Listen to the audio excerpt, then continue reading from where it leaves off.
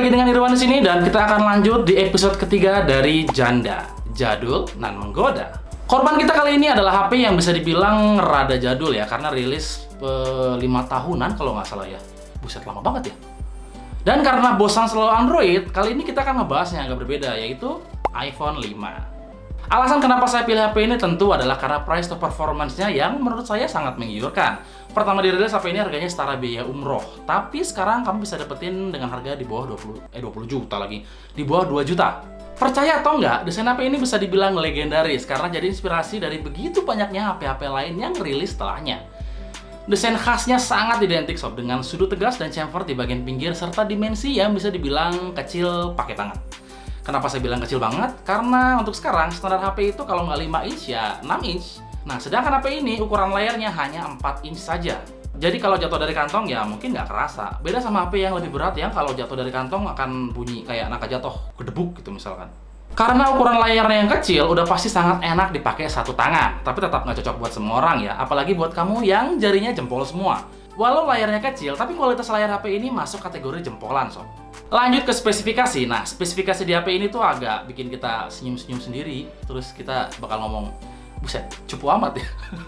Ya emang sih, kalau dibandingin sama Android, mungkin iPhone secara angka hanya berada di seperempatnya spesifikasi rata-rata handphone Android. Tapi sangat nggak bisa dibandingin secara Apple to Apple. Apple to Android. Ya nggak fair sih kalau dibandingin sebenarnya.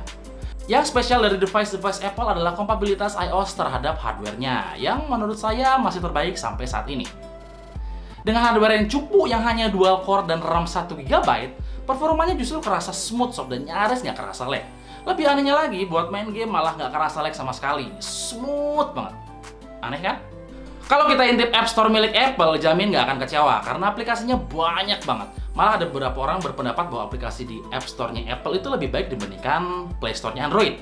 Banyak aplikasi dan game yang eksklusif hanya ada di App Store-nya Apple. Sayangnya aplikasinya kebanyakan berbayar ya, walau ada juga aplikasi yang gratis. Tapi nggak akan sekeren yang berbayar tentunya. Satu hal lagi yang saya suka dari HP ini adalah kualitas pengolahan musik atau lebih keren disebut DAC. Buat pecinta audio atau sering disebut dengan audiophile, HP satu ini sering masuk sebagai player favorit mereka. iPhone 5 pakai DAC buatan mereka sendiri, yaitu Cirrus Logic yang karakternya lebih ke bright atau lebih cenderung domain di treble. Enak banget buat dengerin lagu-lagu yang memang dominan di vokal dengan detail yang sangat baik. Tapi itu menurut saya.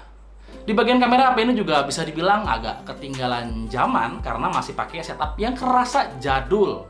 1,2 megapiksel di kamera depan dan 8 megapiksel di bagian belakang. Tapi resolusi hanyalah angka sob. Kenyataannya, kualitas foto dari HP ini masih sangat layak dibandingkan dengan HP-HP mid-end yang baru sekalipun. Penyakit umum kamera di iPhone adalah performa di kondisi kurang cahaya yang nggak bagus-bagus amat sih ya. Satu hal yang sedikit mengganggu adalah ukuran internal storage yang hanya 16 GB tanpa slot microSD. Kerasa kecil banget sih, buat simpan beberapa video aja langsung penuh. Terakhir adalah baterai. Nah, baterai ini akan jadi pertimbangan utama saat kamu berpikir untuk membeli HP ini. Kenapa? Karena baterainya hanya 1400 mAh. Kecil banget ya.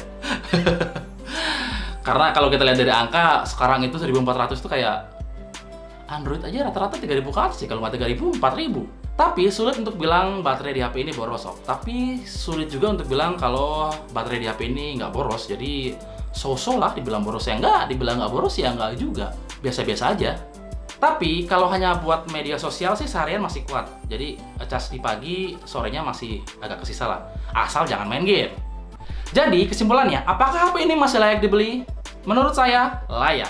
Apalagi kalau kamu mau mencoba sesuatu yang baru selain Android dengan budget terbatas. Nah, HP ini cocok buat kamu.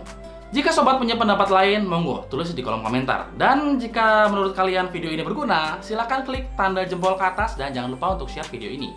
Dengan Irwan di sini dan kita akan ketemu lagi di video berikutnya. Adios.